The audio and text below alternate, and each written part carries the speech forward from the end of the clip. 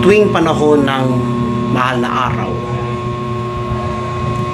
kanya-kanyang diskarte ang Pilipino para magnilay. Ang iba, may iba-ibang diskarte para samantalahin ang pagkakataon. Pero iba ang pagninilay na dapat gawin nating mga tinawag ng Diyos. Ang manalangin at pagnilayan ang mga pinagdaanan ni Jesus na siyang ating masasaksihan. Dito natin masasalamin ang 3 araw sa buhay ng ating Panginoong Jesus. Magandang araw po. Ako po si Brother Ryan America. Samahan niyo po ko sa 3 araw na pagninilay hinggil sa buhay ng ating Panginoong Jesus sa unang Easter Triduum, tungkol sa pagpapakasakit, pagkamatay at muling pagkabuhay ng ating dakilang manunubos na siyang gumagabay sa bawat isa.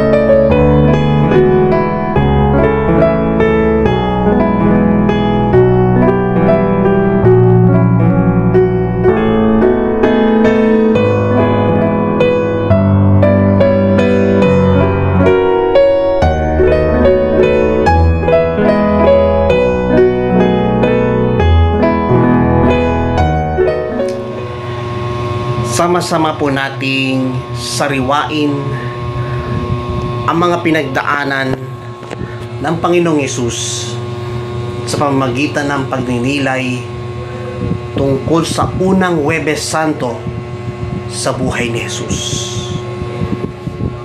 At ano po ang unang Huwebes Santo sa buhay ni Hesus?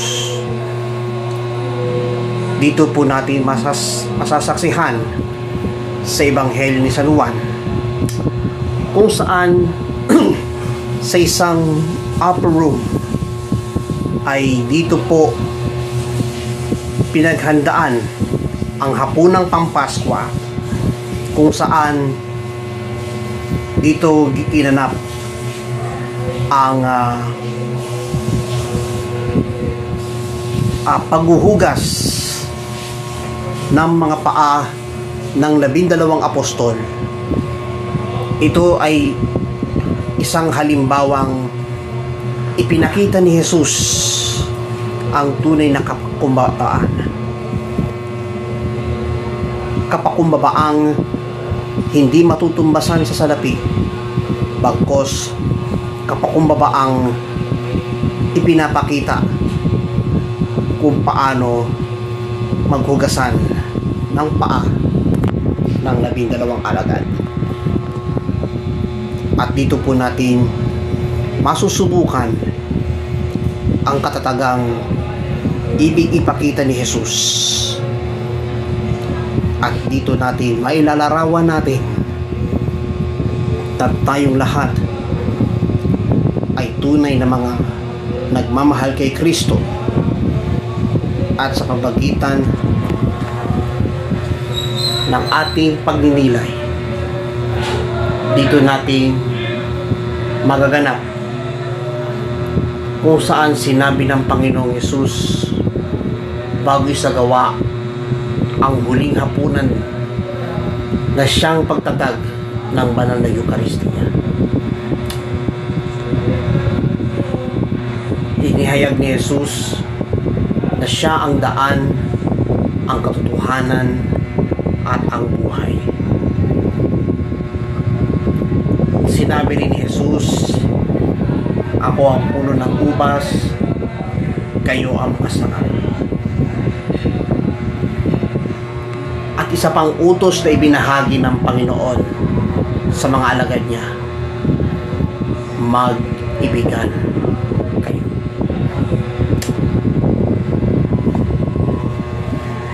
Sa ating pagsasalarawan, dito natin malalaman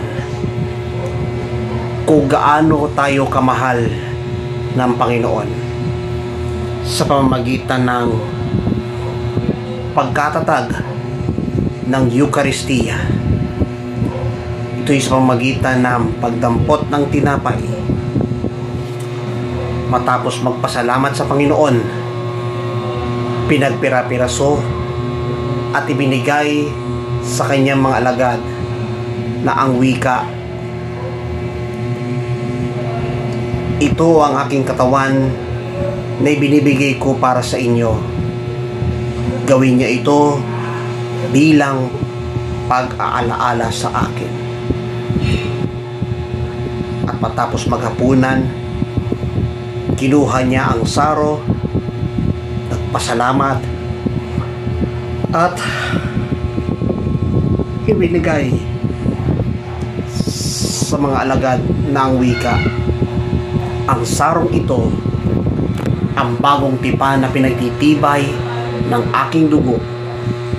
Tuwing iinumin ninyo ito, gawin nyo bilang pag-aalaala sa akin. Sapagkat ang sinumang kumain ng aking tinapay at umiinom sa sarong ito ay nagpapahayag ng aking kamatayan hanggang sa aking pagparito.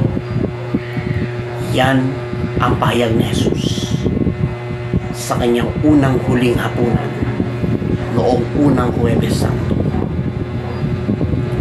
Katuwang, naranasan mo ba matanggapin ang tunay na katawan at tugo ng Panginoong Hesus sa pamamagitan ng banal na Eucharistia?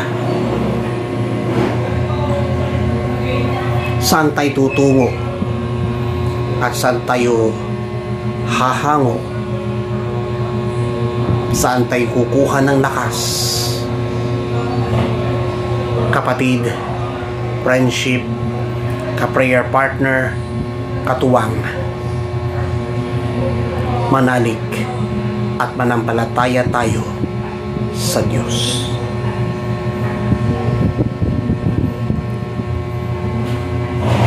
Magkaisa tayong manalangin.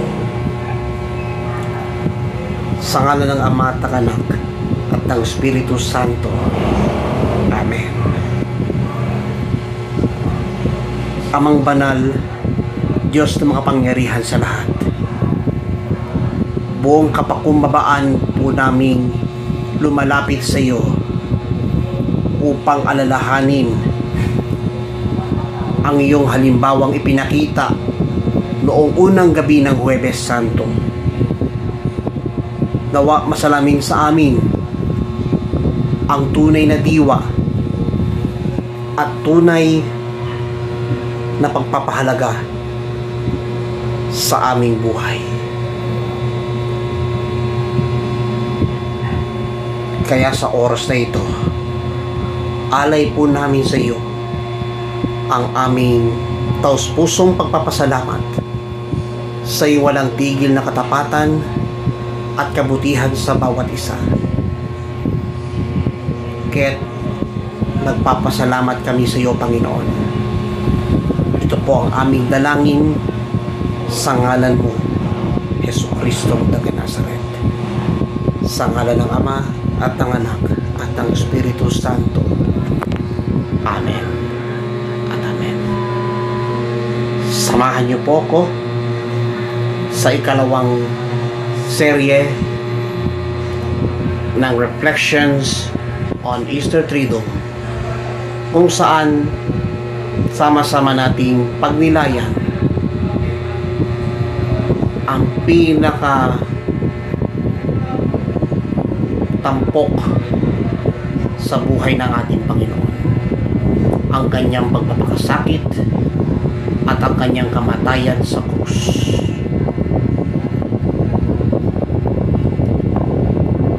Nawa magsilbing aral, nawa maging aral sa ating lahat itong pangalawang serye ng pagninilay na ito.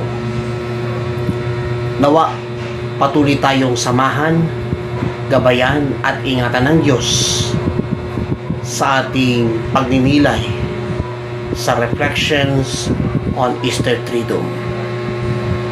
Ito po ang inyong kapatid sa pananampalataya, ang inyong friendship, ka-prayer partner, katuwang, ang inyong lingkod at cyber evangelizer, Brother Ryan Astillero.